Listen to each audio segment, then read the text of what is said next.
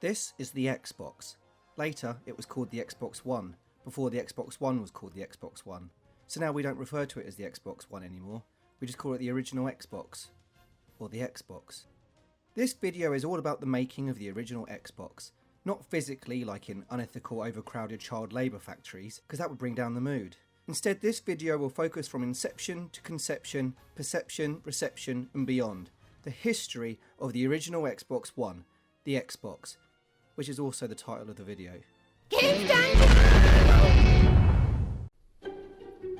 It was the late 90s and people were watching films like The Matrix, being forced to listen to the Spice Girls. Phil Harrison had hair. People were panicking they'd get sick from this thing called the Millennium Bug. In the world of video games, thanks to the PlayStation, Sony was on top, whilst Nintendo and Sega were taking a right pounding. So when Sony announced the successor to the PlayStation, with the PlayStation 2, a sort of sequel to the original but more expensive, Nintendo and Sega were worried. And so was Microsoft.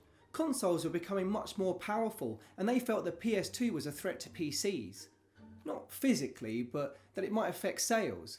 And Microsoft were such big fans of money, they had a lot of it, and they didn't want to lose out on any more. Sega was too busy failing with the Dreamcast and Nintendo were working on a Dolphin.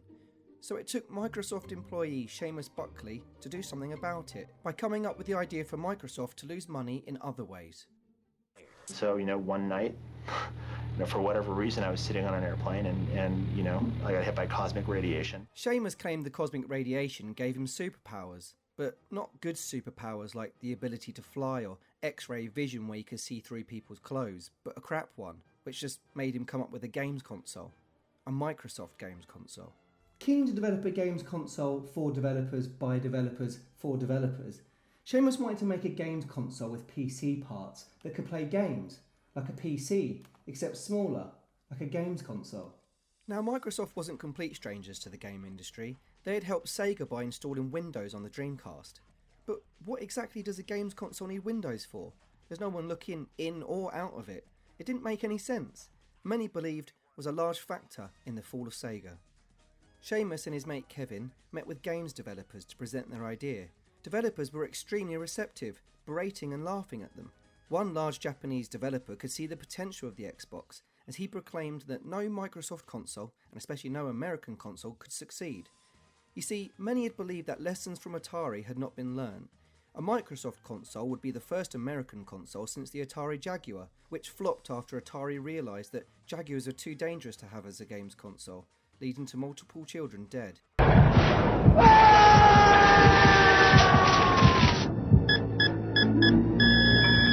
Still, Seamus was adamant to make a games console and enlisted the support of others, including Ed Fries and Jay Mallard, the first ever duck to be employed at Microsoft. The group were eventually given the green light, but were not sure what to do with the green light, so went about making a games console instead. It wasn't too long before Bill Gates got excited and announced Microsoft as officially entering the console race, despite the fact that consoles don't do very well in a race. Many questioned how a company as uncool as Microsoft could make it in the gaming industry. Microsoft wasn't cool, they were all computers and nerdy.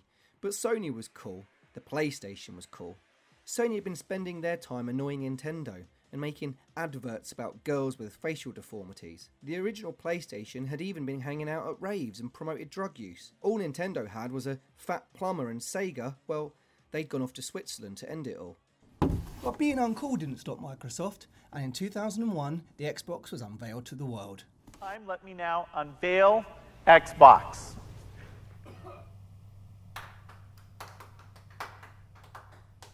To try and look all cool, Microsoft employed The Rock, the second most popular wrestler in the world behind Stone Cold Steve Austin and Hulk Hogan. But even the most electrified man in all of entertainment couldn't help.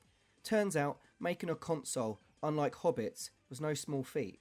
Microsoft knew it was important to get a decent launch lineup of games.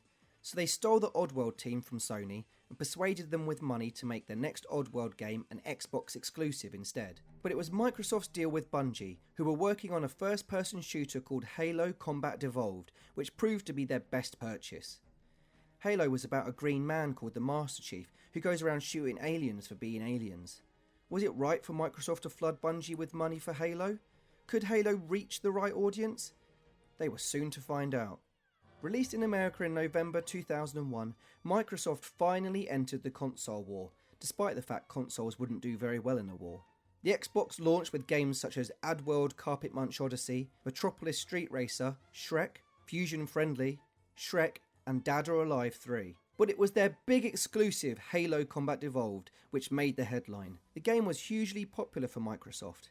Edge magazine in the UK even gave the game 11 out of 10, which at the time was only the 4th game to get the accolade, after Super Mario 64, Gran Turismo, and Shrek. Microsoft managed to shift an impressive 1.5 million Xbox consoles before the end of the year. But it was a different story in Japan, written in Japanese. Despite shifting 250,000 consoles to Japan, they only sold 7 units in the first month of release. It's worth considering that Microsoft was considered outsiders in Japan, mainly because they're an American company and people from Japan are Japanese. Plus, they were in an industry dominated by Japanese companies. Basically, it didn't help that Microsoft were a foreign company in a place where it's not as frowned upon to be xenophobic.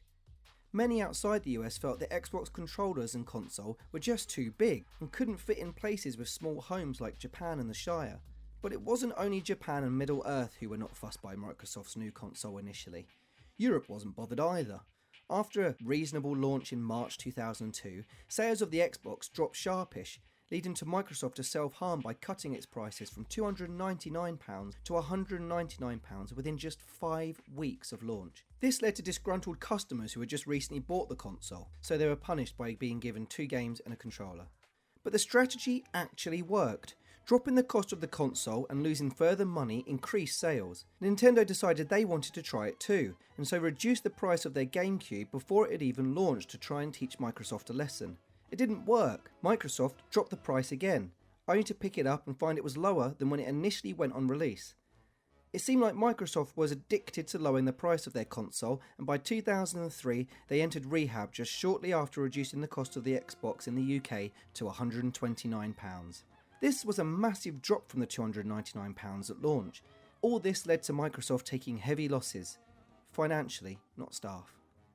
Not happy with losing money, Microsoft decided to spend more as they acquired Rare in 2002 for $375 million. Rare thanked Microsoft by making more games for the Game Boy Advance than they did the Xbox.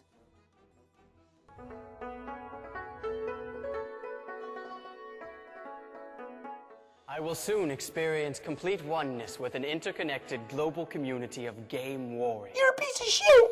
I can feel the energy flowing through the high-speed I spoke Ethernet to your mum cable. last night. On the first birthday of the Xbox, Microsoft celebrated by remembering they were going to do this online gaming thing and unveiled their subscription-based online gaming service, Xbox Live. Xbox Live was this revolutionary service which allowed gamers to play games against each other while staying in their own homes, using the internet, like it had been available on the PC for years, but now costs money. And with the use of a headset, you can hear kids from all over the world shout how you're gay and how they've slept with your mum. Soon games such as Mac Assault, Crimson Pies and the sweet tales of Hitler and his pals in Retire to Castle Wolfenstein were being played online by gamers all over the world. Electronic Arts were not fans. In fact, they were a video game company, and they didn't agree with the idea of an online gaming subscription service, so they didn't give their Xbox titles online access. As a result, Microsoft would instead focus on their own XSN series of sports games. EA, not keen on missing out on loot, created an agreement with Microsoft to bring EA games to Xbox Live in mid-2004, much to the disappointment of many gamers. Xbox Live started to become popular as people started to develop friendships of those that they'd met online. Not real friendships like in real life, but virtual ones, except they were with real people, not virtual people, like that annoying paperclip. Competition between Microsoft and Sony was heating up, but the Xbox was just getting hand-me-downs from the PS2, without many original titles of their own. Sony had the likes of Metal Gear Solid 3, God of War and Final Fantasy X, whilst the Xbox didn't. However, Microsoft did manage to pick up the exclusivity to Star Wars Knights of the Old Republic. The prequel films had not been overly popular, so the game was a prequel before the prequel, a sort of pre-prequel. It focused around a bad guy called Malak who has a laser sword and goes around killing people, whereas you play as a Jedi with a laser sword who goes around killing people. The game culminates in the two fighting it out with laser swords over who's killed the right people. After not too long, a whole bunch of video game series that were previously PS2 titles came to say hi on Xbox, including Max Payne, Silent Hill 2, the Burnt Out series, Metal Gear Solid 2, and the Grandpa Theft Auto series featuring a crime-focused old age pensioner. GTA was a sort of murder simulator where you went around shooting people, having sex with prostitutes, shooting people, running people over, and shooting people who are shooting people. The Xbox version released with improved graphics, making all the murdering look better, but it still wasn't enough to convince the buying public to pick up an Xbox over the PS2, proving that graphics do matter. Counter-Strike was an extremely popular game for PC, and so it seemed to make a lot of sense to create a version of that for the Xbox too. The game had an exclusive single-player campaign which they forgot to include, also forgetting to include any graphics. In 2004, Microsoft forced Bungie to release Halo 2. Fortunately for them, it did so well, it became one of the fastest selling forms of media in history. Unfortunately, many people weren't able to enjoy the game at launch, as millions of people around the world coincidentally suffered from this thing called Halo 2 flu. Halo 2 was a groundbreaking multiplayer game in which players all over the world would virtually sit on each other's faces. Halo 2 solidified Master Chief as an icon, who's now as synonymous with Microsoft as Sonic is with Sega, Mario is with Nintendo, and Sega is with failure. But despite making $124 billion in the space of 24 hours, Microsoft was still losing money. Forgetting where they'd put it, they ended up having to cancel games. This included casualties such as True Fantasy No Life Online and Book, or BC as it later became known. BC was an extremely promising game, which followed the story of Jesus Christ as he fought against dinosaurs as part of a tribe who needed to evolve and migrate to survive. Peter Molyneux, managing director of Liarhead, and never one to get caught up in hyperbole, claimed it was one of the most ambitious games ever made, shortly before cancelling it.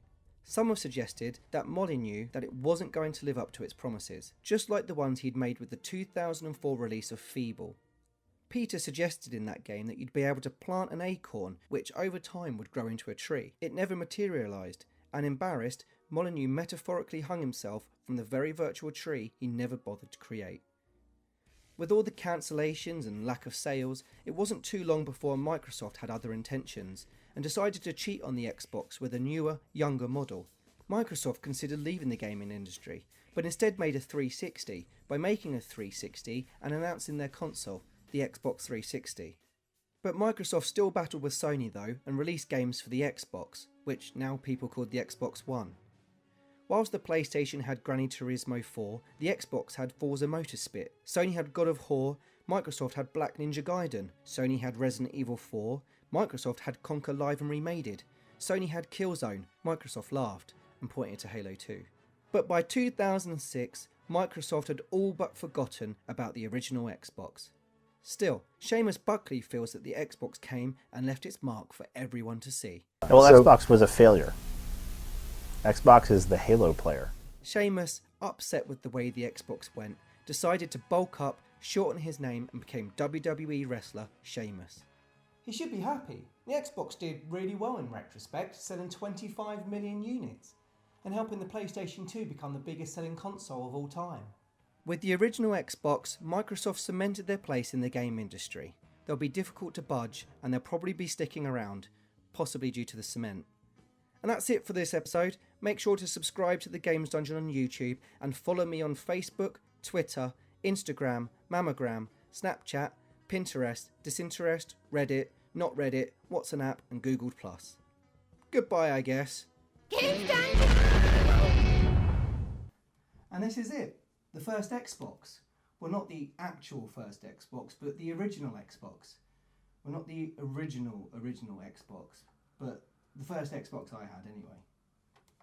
Got it upside down. You like poo-poo? My lappy?